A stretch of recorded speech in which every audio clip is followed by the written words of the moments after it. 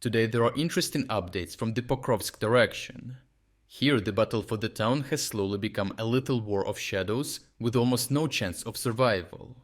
The Russian army is disintegrating under the weight of its own losses, and its push to capture Pokrovsk turns into a slow-motion collapse of morale and unit-level desertions. For many Russian soldiers, the order to attack Pokrovsk has become synonymous with the death sentence.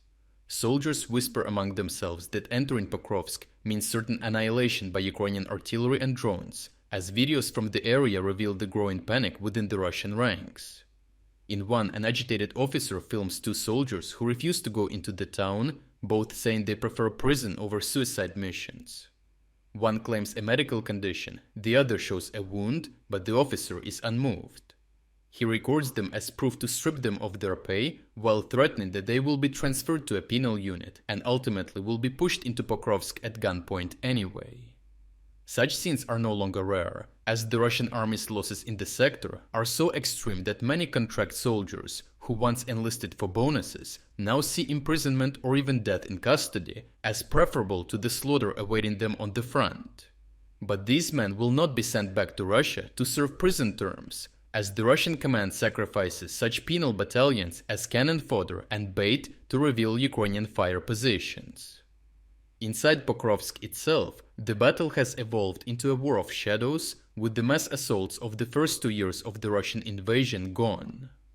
Now a dispersed conflict is fought by small, almost autonomous groups, with both sides having adapted to the drone-dominated battlefield that prevents large-scale movement. The Russians use micro-units of infiltrators, 2 or 3 men slipping through rubble, hiding in basements, probing for Ukrainian strongpoints. The Ukrainians counter them with their own ghostly patrols, reconnaissance teams that move in pairs or trios, each guided by a drone in the sky with thermal vision, while the soldiers themselves carry portable electronic warfare devices. These patrols are silent, highly mobile and lethal, despite engagements that rarely involve more than a handful of soldiers on each side. One street, one courtyard, or one collapsed apartment block may become a self-contained battlefield for hours.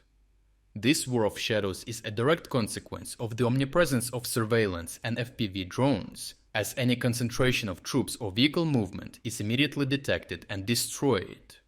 The main forces of both sides now remain roughly 10 kilometers outside the town limits, unable to advance through the open fields that have become killing grounds.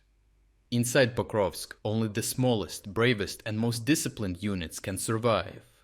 For the Russians, infiltration serves to maintain a symbolic push forward and to create the illusion of control, while for the Ukrainians the mission is to contain, hunt and eliminate these infiltrators before they can threaten logistics or weaken defensive cohesion.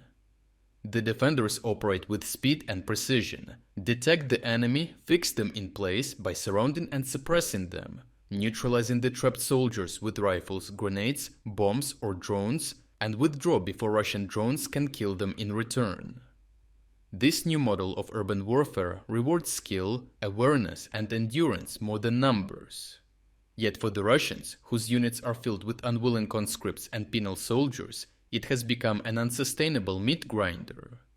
Their desertions and refusal to fight are the logical outcome of a system that sends men to die for objectives already lost in the chaos of the gray zone. Overall, despite the terrible nature of this fighting, Ukraine's army does not need to reclaim every block of Pokrovsk. What matters is keeping Russian territorial control south of the railway line, serving as a tactical barrier from the still defended north.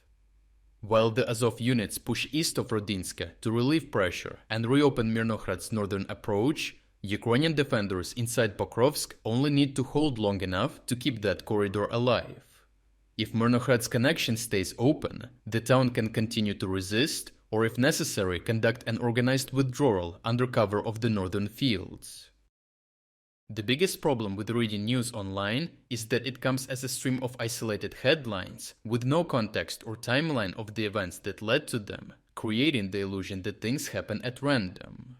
To navigate this chaos, we have created Timeline Builder, the first artificial intelligence-powered tool designed to connect the dots between the news in real time. With this tool, you will be able to instantly see all other connected news and events that have led to what happened today. We have been perfecting our AI model behind the scenes for a long time, and today we are ready to release it to everyone. To get access to our timeline builder tool, check out the link in the description and join our website. Thank you for watching this update, and a special thanks to everyone already following our interactive map.